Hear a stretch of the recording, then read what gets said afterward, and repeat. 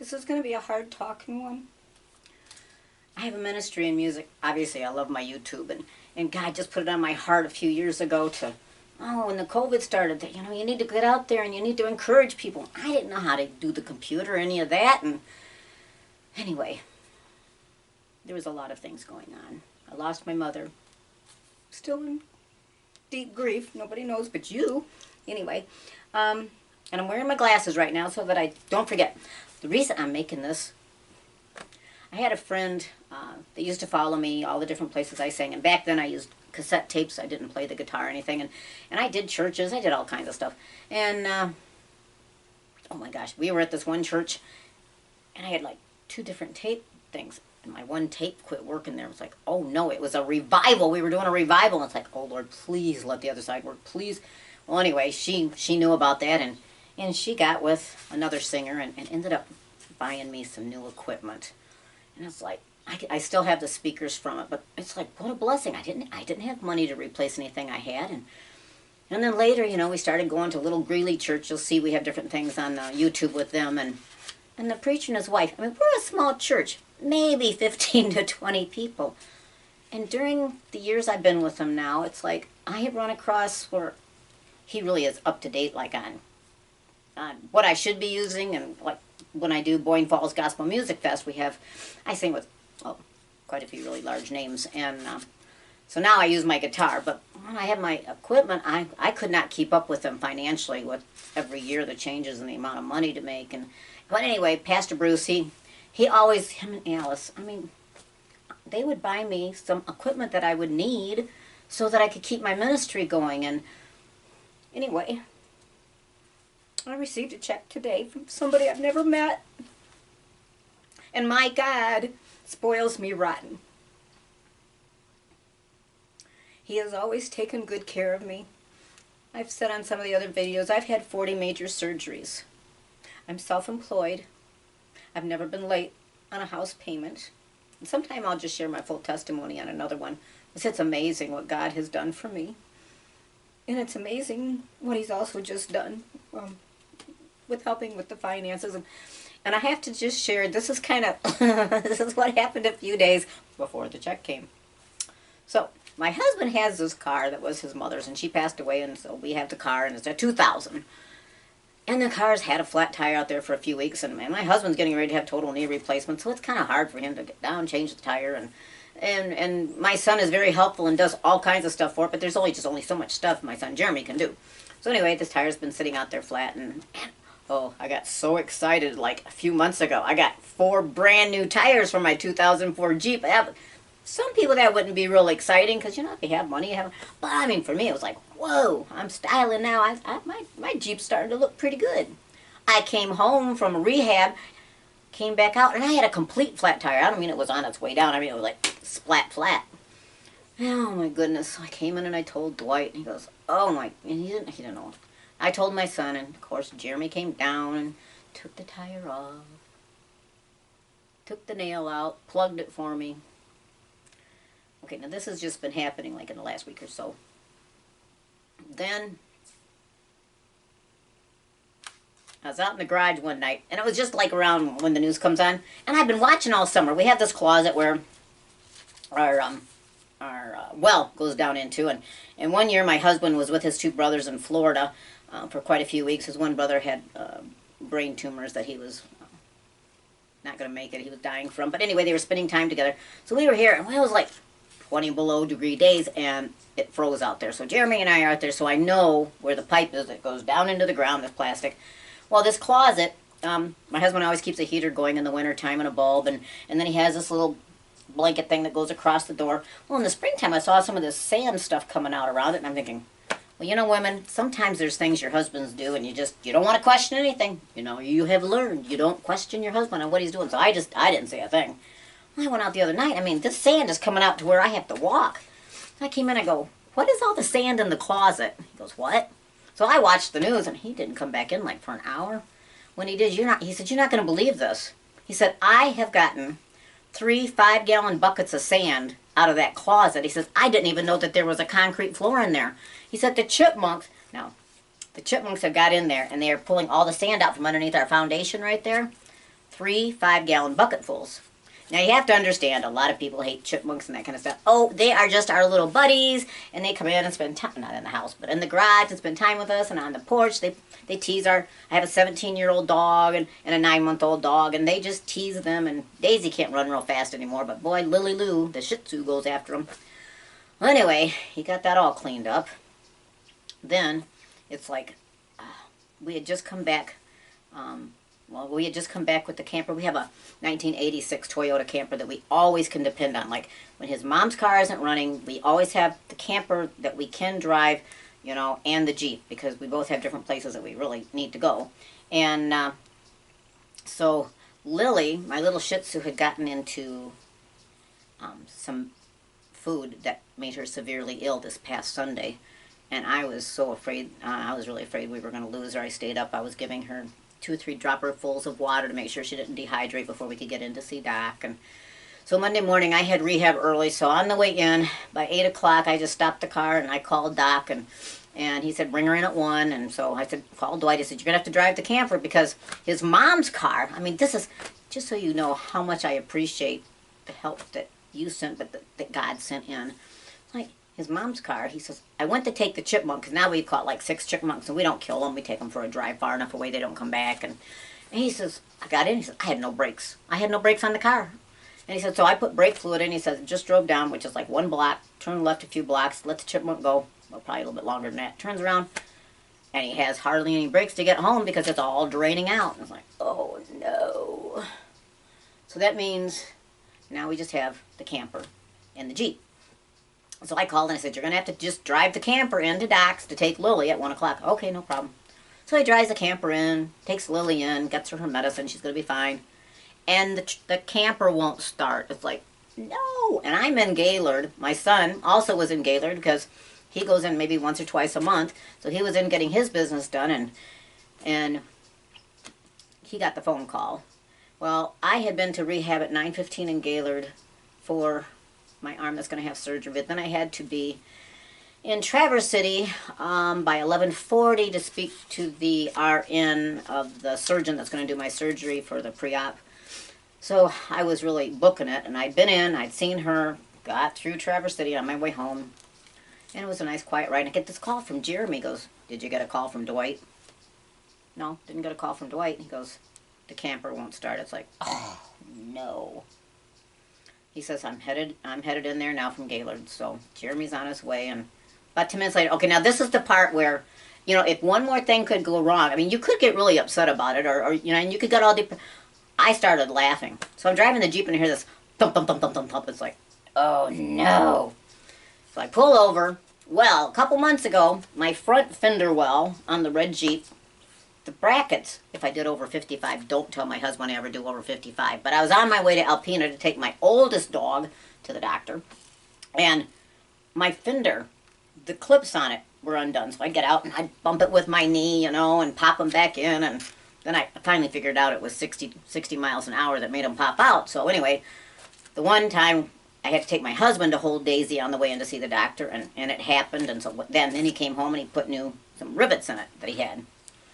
Whatever, clips, not rivets, clips.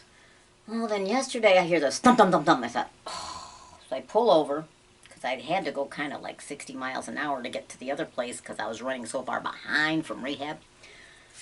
Now it's 3/4 of my red fender is off and banging, and there wasn't any pushing it back in because all of the snap-in clips were busted. But I was close to a Dollar General. I mean, I just started laughing when I saw it. It's like, what else could go wrong? I mean, it's okay. It's okay. God has control of everything. But I was close enough to a Dollar General. I go, do I do what Red Green used to do and get some duct tape and fix it? No, I better not do that. That might just mess up my fender. But I got some shipping tape, some clear. So I shipping taped that old fender and got myself home. And the camper's going to have to be sent in. It also really needs brakes bad. And I use it, and I also work. I'm a member of Daughters of the American Revolution, and they have these packets and pins from the Department of Defense for Vietnam veterans. And a lot of the veterans have not received their pins, and Daughters of the American Revolution and some senators and others have been asked to please give these pins out, but you have to get the people's name and address. So I carry these in the Jeep. I carry these in the camper. And I just did a bluegrass festival a couple weekends ago at Lowell. It's always in September. And anyway, I was booked for that. And thank goodness, in June I was there just to jam with some of my friends, kind of practice for September. And there was 2 veterans there. I was able to get their pins to and sign them up. And then this time when I got done singing, I always like to go out and talk to everybody in the crowd. And I go out, and of course I'm looking for Vietnam hats or T-shirts or anything. And I found 2, and they didn't have their pins. And then we headed up to Seney for, 1 week. And oh my goodness, I'll have to do a video on that. That was like so much fun. Warren was with us, and then our friends down the road that have the auto place there by the park, Elijah and Marcella. Oh, they came and played. She plays the hammered dulcimer. It's so cool. And he plays the stand-up bass. And oh, we just had a good time. But when I first pulled in, this other couple usually comes up on that week. It's always the week after the Bluegrass Festival. We head to Seney with some musicians. And anyway, she comes out because they come up for the week to hear us play. And her name is Jo and his name is Jim. And she was talking to someone. She goes, yeah, Jim's a Vietnam veteran. And anyways, boy, my ears just popped right up. Well, there was 2 Vietnam veterans there I was able to give out packets to. So I use our camper, not just for going places to sing, but I use it. I consider the Vietnam thing part of my ministry also. Of course, I use it when I go to churches and do churches. And anyway, and I carry them in my Jeep, the Vietnam packets. I have full packets. There's stickers and some other just regular button things. And so all that to say, it helps to have like a vehicle running, maybe 2. And right now it's just downright nothing you can do. I mean, the camper's got to go in, and it's got to have a starter. No, it's a solenoid starter. You have to get one piece, and it's going to have brakes. In his mom's car, my son crawled underneath, and there's like 5 brake lines, and Jeremy said, Mom, you can just scratch them and almost go through 2 of them. They're just so rotted. He says, I'm not going to try.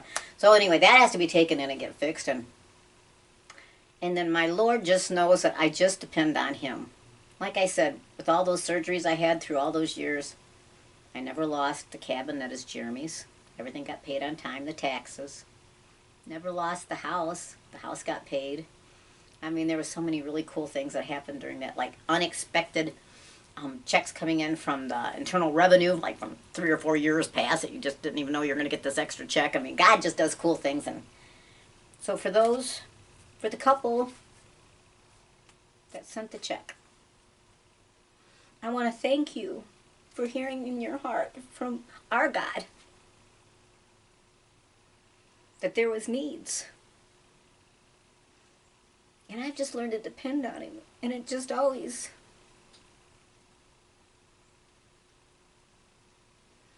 I just can't believe that He's up there and He's like this great, awesome God.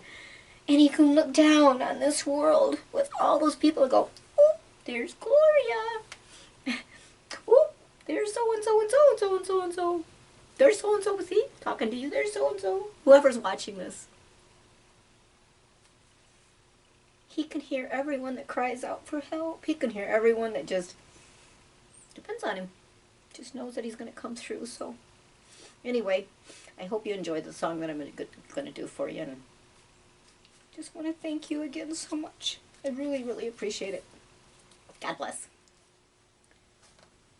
I'm just learning this song. Well, I know it like when I used to do just the background music, but I haven't played it too much on the guitar. But it's the words I want you to hear. And since I have that shoulder surgery coming up, I got to try to get these out, even though I haven't had like 40 hours to work on them, because usually I take about 40 hours per song, and it just isn't happening right now because, oh, I just got messages on my heart I want to share. So this is called Drinking from My Saucer. I've never made a fortune, and it's probably too late now. Oh, but I don't worry about that much, 'cause I'm happy anyhow as I go along life's journey. I'm reaping better than I've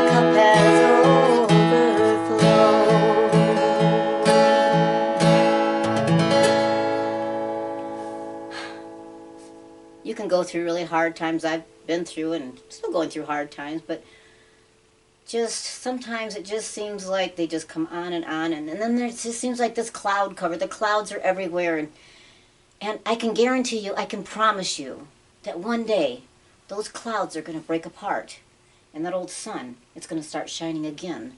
So Lord, help me not to grumble and complain about the rough roads I have home. I'm drinking from my saucer, 'cause my cup has overflowed. And if I should go on living, if the way grows steep and rough, I won't ask for other blessings, 'cause I'm already blessed enough. May I never be too busy to help another bear their load.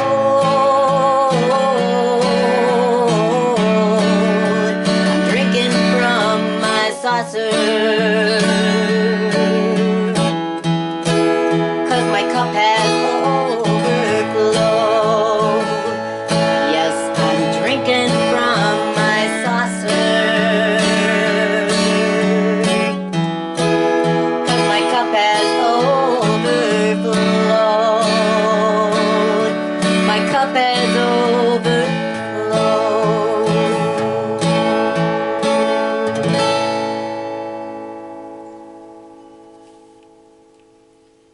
Just remember, God doesn't sleep.